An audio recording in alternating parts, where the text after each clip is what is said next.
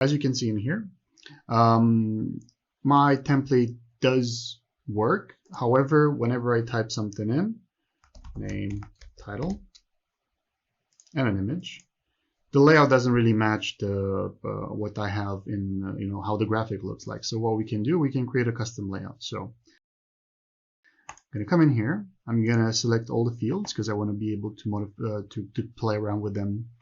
Press OK. And now I have this view where I can modify the layout of my template. So basically, this is a very nice and easy way of making sure that it's quite intuitive as well for users to work with a specific templates, because then they don't have to kind of imagine where a specific text is in the actual graphic, or where the image is. And then if you were to create something like this, I would press save. Then I'll switch back into Pilot Edge, and I'm going to reload my template, this one. And now you see it's a lot easier for anyone